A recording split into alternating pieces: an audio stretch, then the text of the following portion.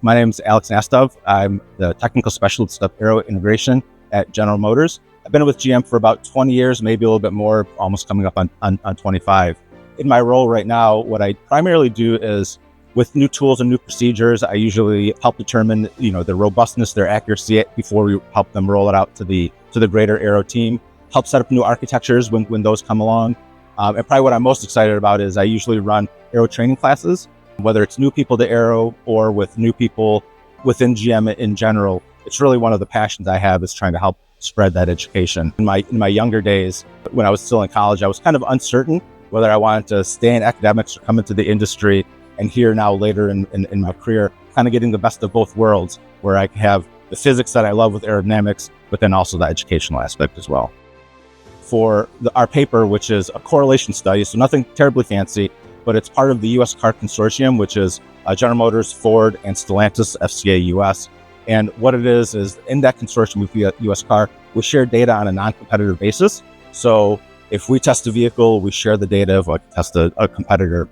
And so what that allows us, we share about 15 vehicles per year per OEM. So for the price of 15, we get 45 data points. So that's a huge cost savings for each company. And so when we share that data, we have to make sure that the data is robust. So we have a correlation. Each of the 3 wind tunnels recently went through an update. In the case of the Ford's tunnel, they were all new brick and mortar. So with that, the correlation equations, the transfer functions that we have between each of the wind tunnels had to be updated. So this paper really helps document the journey that we had through the 2 different phases that we had for the paper from 2022 and 2025 to update the correlation equations. And so while a lot of it is internal to the USCAR database, I'm really hoping what this shows is the collaboration effort that was involved with the effort, and that more OEMs can share their correlation efforts as well.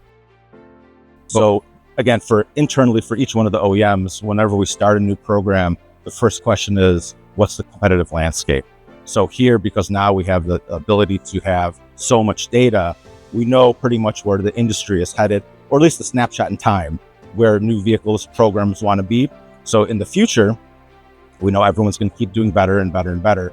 So, we look at the competitive landscape, which is now enabled through our USCAR correlation, and then that's able to allow the engineers in each of the respective companies set their requirements appropriately for the new programs.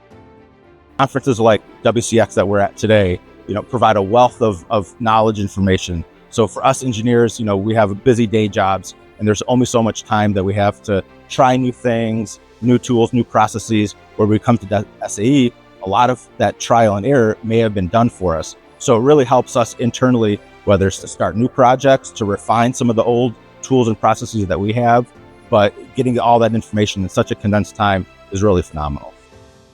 But really what we do want to promote is the collaboration that we had between, in this case, GM, Chrysler, Ford, and we'd really wish that we can continue that collaboration throughout more companies in the industry, because at the end of the day, there's only so many wind tunnels out there. There's only so many, CFD wind tunnel tools, virtual tools out there. And so one of my colleagues likes to say, the products compete against each other, the tools don't, which is really true, because being able to get information from different papers, different collaborations really helps improve our own processes as well.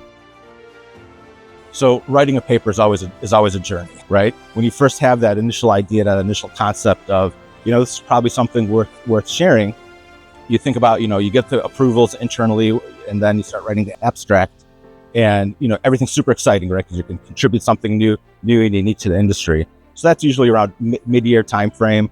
And then July, August, September comes around, and then you kind of get that what did I get myself into type feeling. So because there's a lot of work here, I get the manuscript ready, but then usually once you have that the initial manuscript submitted, there's that sense of relief. Then the reviewers' comments come in, and which is fantastic. I review papers, my papers get reviewed, and at the end of the day, it's always the paper is better because of it. So huge thanks to all the reviewers out there that put in their time and effort, because they really do elevate all the publications that get approved. And the presentation itself it's usually more of an art than it is a science, because you have to take this massive paper and kind of whittle it down into 15, 20 slides. And, it's again more of an art than it is a science. And then when we come to WCX and finally do our presentation, that's kind of the peak, right? Everyone's super excited, when, good questions, usually at the end of the presentations, and then the applause at the end. Very few times in life do you get a room full of people applauding for you. And it's just, one of these highs that you carry for the next couple of days. So it's a bit of a process, but at the end of the day, it's also very, very rewarding.